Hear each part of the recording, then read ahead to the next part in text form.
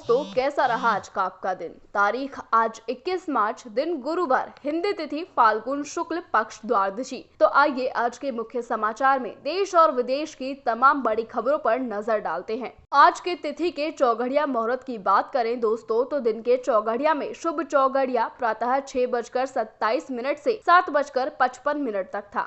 चर चौघड़िया प्रातः 10:55 से 12:26 तक। लाभ चौघड़िया दोपहर 12:26 से 1:56 तक। अमृत चौघड़िया 1:56 से 3:26 तक। साय चौघड़िया 4:56 बजे से 6:27 तक। वहीं रात्रि चौघड़िया में अमृत चौघड़िया 6:27 से 7:56 तक। चर चौघड़िया 7:56 से 9:26 तक। लाभ चौघड़िया रात्रि 12:25 से 1:55 तक। शुभ चौघड़िया रात्रि 3:24 से 4:54 तक। अमृत चौघड़िया प्रातः 4:54 से 6:27 तक है। बता दें दोस्तों कि चौघड़िया मुहूर्त यात्रा के लिए मुख्य रूप से एवं अन्य कार्यों के करने के लिए शुभ माना जाता है। फाल्गुन शुक्ल पक्ष की द्वादशी को गोविंद द्वादशी के रूप में भी मनाया जाता है। इसी दिन व्रत कर भगवान विष्णु की गोविंद नाम से पूजा की जाती है। आज के दिन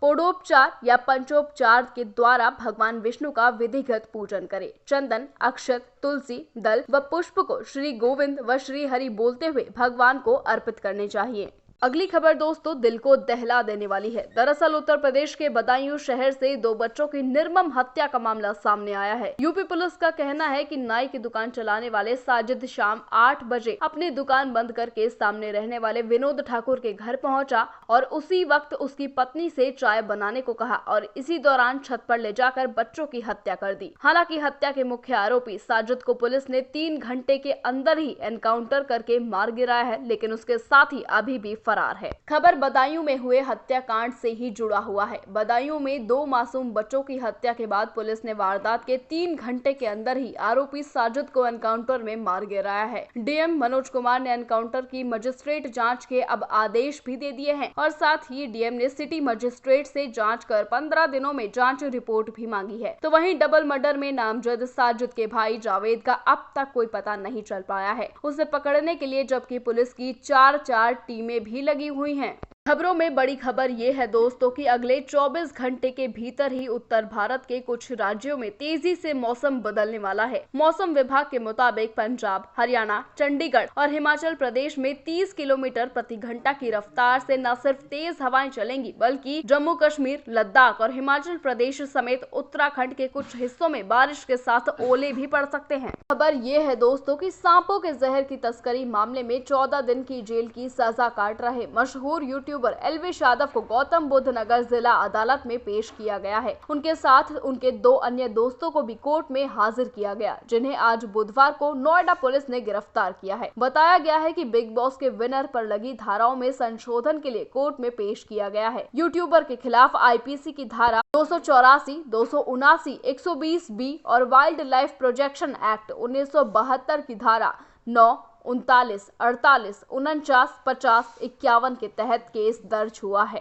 तो चलिए खबरों में आगे बढ़ते हैं। प्रधानमंत्री नरेंद्र मोदी ने रूस के राष्ट्रपति व्लादिमीर पुतिन को फोन कर चुनाव जीतने की बधाई दी है। इस दौरान दोनों नेताओं ने रूस और यूक्रेन जंग पर चर्चा की। पीएम मोदी ने जंग पर भारत का रुख दोहराते हुए कहा, कूटनीति और बातचीत के जरिए ही मसले का हल निकाला जाना चाहिए। ये खबर दोस्तों शेयर मार्केट में रुचि रखने वाले लोगों के लिए है। शेयर बाजार में हफ्ते के तीसरे कारोबारी दिन उतार चढ़ाव के बाद हरे निशाने पर क्लोजिंग हुई। बुधवार को हरे निशान पर ओपनिंग के बाद बाजार में गिरावट आई और इस दौरान मीडिया और मेटल सेक्टर के शेयरों में कमजोरी दिखी। आगे बढ़ते हैं दोस्तों। भारतीय खिलाड़ी भले ही इस साल जुलाई और अगस्त में होने वाले पेरिस ओलंपिक की तैयारियों में जुटे हों, लेकिन भारत सरकार ने 2036 ओलंपिक की मेजबानी करने की तैयारियां शुरू कर दी है। केंद्रीय खेल मंत्री अनुराग सिंह ठाकुर ने कहा कि भारत 2030 में यूथ ओलंपिक और 2036 में होने वाले ओलंपिक खेलों की मेजबानी करने के लिए कोई कसर नहीं छोड़ेगा।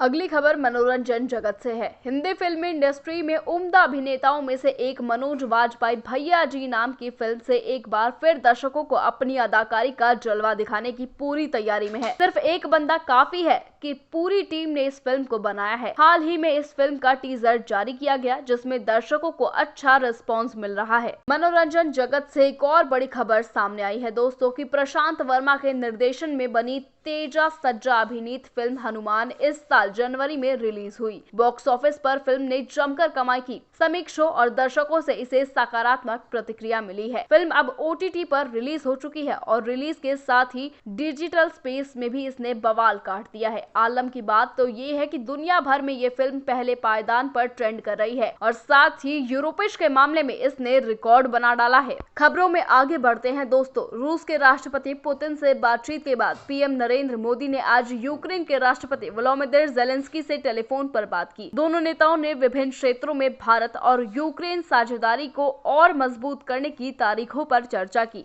चलिए अगली खबर की तरफ रुख करते हैं। अमेरिका में रहकर पढ़ाई करने वाले कई भारतीय छात्रों की मौत के बाद अब हैदराबाद के एक छात्र के अपहरण होने का मामला सामने आया है। लापता छात्र के परिजनों ने इस बारे में जानकारी दी है। उन्होंने बताया कि मोहम्मद अब्दुल 7 मार्च से लापता है और अब उन्हें फोन करके उनसे फिरौती भी मांगी गई है। बड़ी खबर यह है दोस्तों कि दिल्ली के अपोलो अस्पताल में ईशा फाउंडेशन के संस्थापक और आध्यात्मिक गुरु सदगुरु जग्गी वासुदेव की आपातकालीन मस्तिष्क सर्जरी हुई है। सदगुरु जग्गी वासुदेव के मस्तिष्क में भारी सूजन और रक्तचाप के बाद अस्पताल में भर्ती कराया गया। खबरों में आगे बढ़ते हैं दोस्तों। आगामी लोकसभा चुनाव के मद्देनजर यूपी में बहुजन समाज पार्टी और जम्मू कश्मीर में भाजपा को बड़ा झटका लगा है। यूपी के अमरोहा से बसपा के सांसद दानिश अली बुधवार को कांग्रेस में शामिल हो गए हैं। वहीं जम्मू और कश्मीर के भाजपा नेता लाल सिंह ने भी कांग्रेस का हाथ थाम लिया है और दोनों को ही दिल्ली में पवन खेड़ा ने पार्टी में शामिल कराया है। आगे बढ़ते हैं दोस्तों। अजय देवगन की फिल्म मैदान लंबे समय से खबरों में छाई हुई थी। अमित शर्मा के निर्देशन पर बनी इस फिल्म का फैंस को बेसब्री से इंतजार था। वहीं ट्रेलर सामने आने के बाद अब इसे लेकर दर्शकों में उत्सुकता भी बढ़ गई है। हालांकि अब ये फिल्म निर्माता बोनी कपूर पर भारी पड़ी है। फिल्म रिलीज होने के पहले ही विवादों में घिर गई है। दरअसल बिल का भुगतान न करने पर मैदान के निर्माता बोनी कपूर के खिलाफ मामला दर्ज किया गया है।